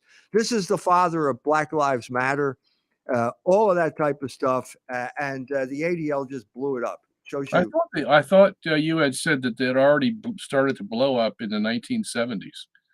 It blew up in 67, if you want the actual date. That's what Murray Friedman said. He wrote the book on the Black Jewish Alliance. When Harold Cruz wrote The Crisis of the Negro Intellectual. But then it came back with Black Lives Matter, like it came back with a vengeance with Black Lives Matter. You know, it was like, you know, the light, do people have these light bulbs anymore? If you had a light bulb and suddenly it got real bright and then it burned out. Right before it burned out, it got really bright. And that's exactly what happened to the Black Jewish Alliance with Black Lives Matter. It got really bright and then it burned out. And now it's just kind of a joke. And the ADL is cutting its own throat by going after Kyrie Irving for something as innocuous as tweeting something, a film that they don't like. They're wrecking their own operation. So I just saw an article today from another Jew. It's in the tablet, Jewish magazine. The ADL has to go. The ADL is making things worse for Jews. They're out of control. Someone's got to pull the plug on the ADL. Well, it's got to show their Jewish contingents and the money givers that they're doing something. So that's what the SPLC does. That's right. You know? They scare the Jews into giving money. You know, that's something's going to happen. You know. Yeah, if you don't, E. Michael Jones might write another book. Exactly. All right, next picture. All right, so we're getting into architecture now. Philip Johnson, yeah, famous building with the Chippendale crown on it. His attack on Bauhaus. He was a homosexual, completely derivative. Never had an original idea of his own. Also was involved in blasphemy. You can become an honorary Jew if you become a homosexual, and that's what he was. He had that kind of subversive streak in him. And the crown of the building now, because you made a lot out about that. What are we looking at here, or what should we be looking at as far as the crown? It should be a flat roof. Okay. This is what he was trained to do by Bauhaus. Bauhaus was dogmatic about flat roofs. It was a dogmatic tenet of their ideology, which made no sense whatsoever. A flat roof in St. Petersburg, 70th degree latitude, 6 feet of snow on a flat roof. Bad idea. Didn't work. But anyway, so this is his protest. This is at some point, everybody got disgusted with the Bauhaus phone machine and with the box, the glass box. And so this is his way of breaking out of that, kind of asserting a kind of postmodern identity. All right. It was a phase he went through. Next picture, John. Okay, Stanley Tigerman. Yep, he's the guy who brought Frank Gehry and Thomas Gordon Smith together, a kind of academic a midwife to postmodernism, Frank Gehry, or Frank Gehry and Thomas Gordon Smith. Frank Gehry's a Jew. The late Thomas Gordon Smith was chairman of the Notre Dame architecture department. Probably the only decent department at Notre Dame, where they were great proponents of classical architecture. He did the Abbey at Clear Creek Monastery in Oklahoma. And on my book tour, I stopped in and gave a talk at that Abbey. It's a beautiful building, and it has the kind of peace. It radiates the peace of a beautiful building. So the monks are very busy. They got this, every hour's got something going on. So I'm waiting there for the monk. I'm sitting in the cloister, which is the enclosed space, and there's an arch. And I'm suddenly understanding that just the peace that radiates from this arch. And you're just there in the presence of, this is the circle. It's half a circle. The full circle would be an image of God, the unity of God. This half circle, you're kind of being embraced by God with this arch and this form of architecture, which is a beautiful experience. And that was Thomas Gordon Smith's, probably his final work, and it's still a work in progress. All right. So I don't know if you mentioned this because I don't think I heard it. Stanley Tigerman was, quote, he said postmodernism is a Jewish phenomenon, unquote. Anything you need to say about that? I mean, what does all that mean for us? Well, so at this point, you had Bauhaus as the modern architecture. It's kind of plain. It's just plain geometric figures. It's the machine is basically the model that we have. So he's just talking about architecture or about society and. No, he's talking about architecture. So at a certain point, everybody got tired of the box. And so you broke in two directions. So the Catholic, Thomas Gordon Smith, goes back to the tradition of Vitruvius and in a sense discovers ornamentation and also things like the arch and all of these traditional attributes. Well, the Jew goes in the exact opposite direction. So the machine is a kind of rebellion against the logos of architecture. So we're going to take it even farther, and we're going to have buildings that are completely unrecognizable in any shape, like Frank Gehry's Jimi Hendrix Museum, and I believe it's in Seattle. It looks like 3 trash bags sitting next to yeah, I think I've seen that. Waiting to be picked up by a trash truck. Next picture. Philip Bess. Phil Bess, architect, professor at University of Notre Dame, guy I've dealt with, met with, was on a symposium with him. He tried to fight these guys, but didn't go far enough. As that's what I read from. Well, it's a different. Phil is not a practicing architect. He's kind of a historian of architecture. So he's coming up with trying to implement these ideas in South Bend. He now wants to kind of rehab a neighborhood where we have. Actually, the parish where I go to church, it was 2 ethnic parishes very close to each other. The neighborhood has been basically raised. They're empty lots, and he'd like to come in and, he's a champion of new urbanism. He had nice things to say about the Cubs, the Cubs Stadium in Chicago as a place to gather, that type of thing. Okay, next picture. We're almost done. Okay. I don't know. This is, I think this is Amsterdam. Is it Frank Gehry? Is that one of his buildings? Yeah, Dancing House. Yeah, well, it looks as if it's ready to collapse. It's a deliberate violation of the rigorous geometry of Bauhaus modern architecture, heading away from logos. Looks if it's ready to fall on top of you. That's the type of thing he thinks. Yeah, I wonder what it looks like from the inside. I mean, is it just normal walls? Hey, do you have to kind of walk sideways, tilt it over when you get to that room? I don't know. I never went in that building. Yeah. All right, next picture. Actually, I did go in. There's Frank Gehry. That's good, giving the Jewish salute there, just like Al Goldstein, the famous picture of Al Goldstein. Oh, yeah, Al Goldstein. Actually, I did go into the Liebeskind. I don't know whether I put a picture of Liebeskind's Holocaust Museum in Berlin. I was in that in Berlin. And it's depressing. I mean, what do you expect? It's depressing. Okay. There's no beauty there. Yeah. It's Jewish grievance. It's Jewish assault on the people of Germany. The fact that the Jew has power to force you to grovel in front of his ugly building. This is all just the expression of Jewish power. There's no beauty involved in this. Nothing transcendental about this at all. Wow. I wonder how long this is going to go on. All right. Next picture. 74 of 78.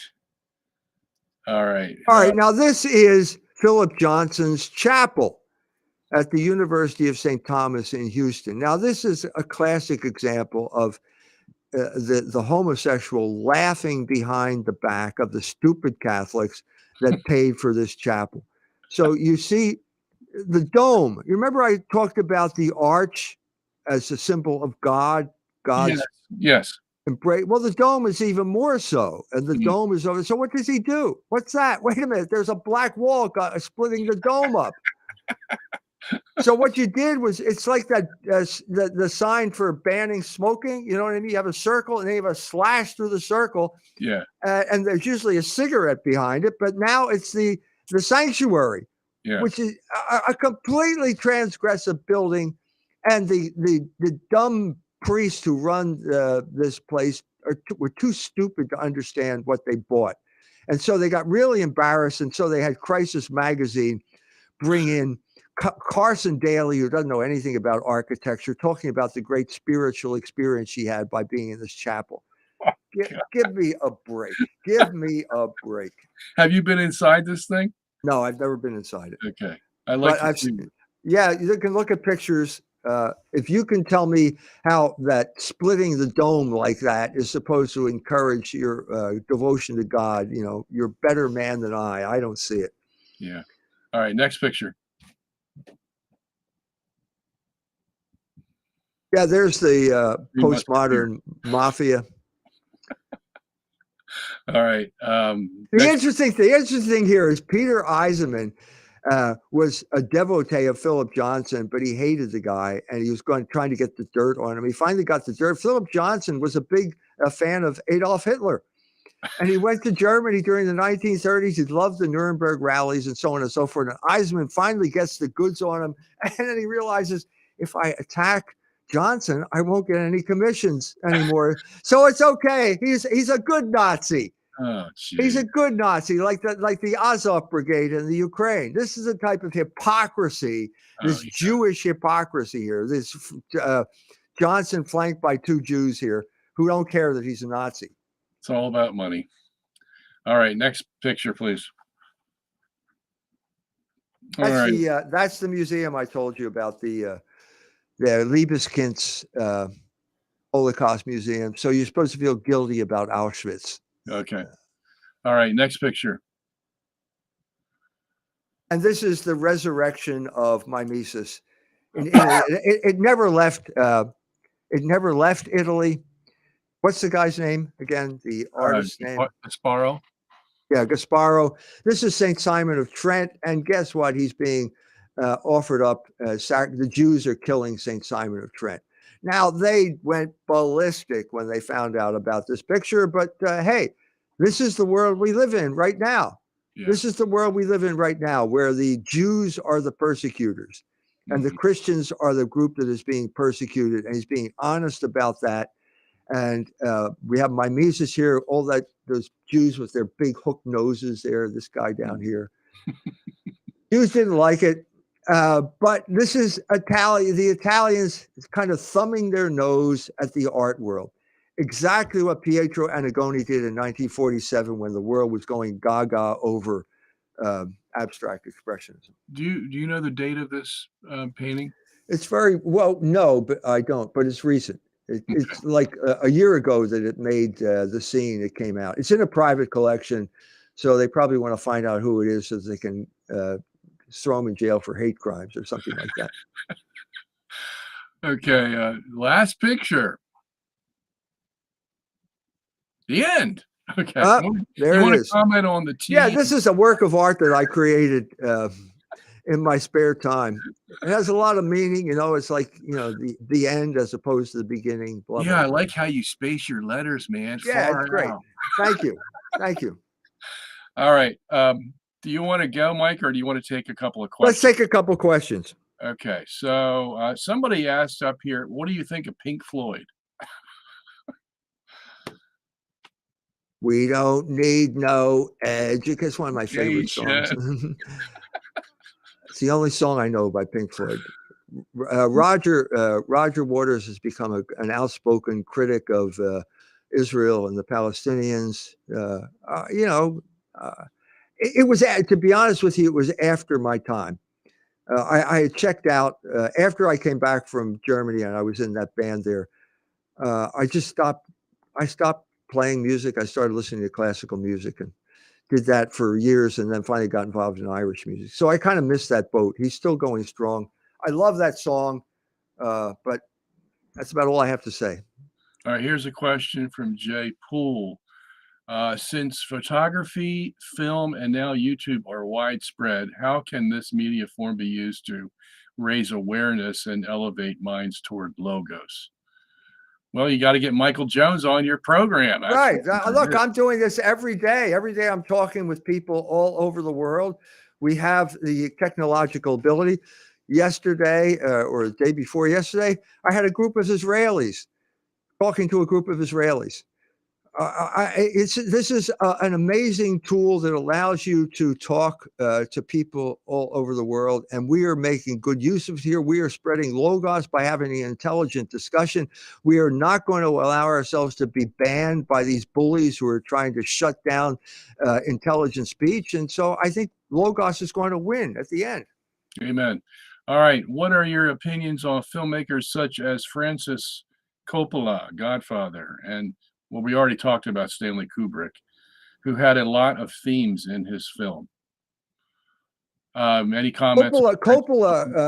Godfather was a vehicle for absolutely great music. The Godfather theme, Nino Rota started off as the guy who did the music for Fellini films. It's great music. It's probably the greatest film that Hollywood ever produced, and it's real. I mean, you feel that you know these people. That's when it's a sign that you're dealing with great art. When you feel that you're swept up into this conflict. It was a kind of tribute to ethnic America during the 70s when it was the Italian neighborhoods were being ethnically cleansed. It's just a great film, great music. I just have nothing but good to say about it. Yeah, being Italian, 100%. It's almost too real for me to watch sometimes. That scene, I think it's in the second one where they're having that procession. It must be in Brooklyn, and they have the Madonna, and they're pinning dollar bills to the Madonna at the same time that Robert De Niro is going to gun down the Godfather at that point. It was great, just great cinema. I mean, whatever. Oh, yeah. You don't need Mike Jones to tell you it's a great movie. Everybody knows that. Yeah, that scene where he's getting his son baptized, and in the background screen, you see people murdering each other. Yeah. You remember that one? Yeah, that's your Italian culture, right? Yeah, that's what I meant, too real. All right. There was a question. What are your thoughts on the auction sale of the famous painting Salvator Mundi? I find it suspect how it was found and who bought it. Don't know anything about this. No? Okay. No. Salvator Mundi, I think, is the picture of Jesus holding the earth. It's like a crystal ball, though, because I have it in the front of my book, Flat Earth, Flat Wrong. So, yeah, I don't know anything about this either, so we'll have to find that out. By the way, I think that the whole flat earth theory was created to distract attention from your book on geocentrism. Yeah, well, that's what we thought too. I can't be sure. Great minds running the same circles. Nobody heard. It's completely absurd, and it was all these people who don't know anything who suddenly got distracted from the real thing. I remember when we did that symposium, there were all these reporters there ready to report on it. I think command control, probably the CIA got a hold of it and thought it was dangerous and decided to propose this. You know, when we put out our movie in 2014, The Principle, which was the same theme, Carl Keating calls up the ADL and tells them that I'm an anti-Semite and I'm going to bring back geocentrism to the world. And they attacked me like nobody's business. Within 2 days, 150 news outlets across the world were calling me an anti-Semite, and I was a nut for thinking that. Who knew that geocentrism was anti-Semitic? Who knew? How do you get to that? What is it anti-Semitic now? Yeah. All right. Let me see. Where are we? There was another question up here.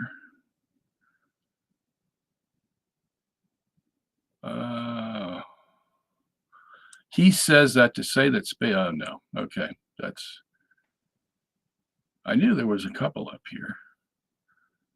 All right. To EMJ, can you prove God's, forget it. Come on. We're not going to talk about that today. All right, Mike, that's it. You've answered all the questions, All right. covered all the pages. You did a great job. Nice to have you. And God be with you, brother. Go out there and preach the gospel. Okay. Thank you. And you use any means you can to do it. Thank you, Bob. All right. You're welcome, sir. Bye-bye. Okay. Bye-bye. All right. John, we're going to take off here. Folks, we'll see you next week. Thank you for listening in and writing your questions. And we'll see you next week, which would be November the 16th. And then we'll just have a normal question and answer period. So bring your questions. If I didn't get to your email questions tonight, I will surely get to them next week. And we'll start all over again until the Lord returns. All right. Thank you. Take care. God bless you all.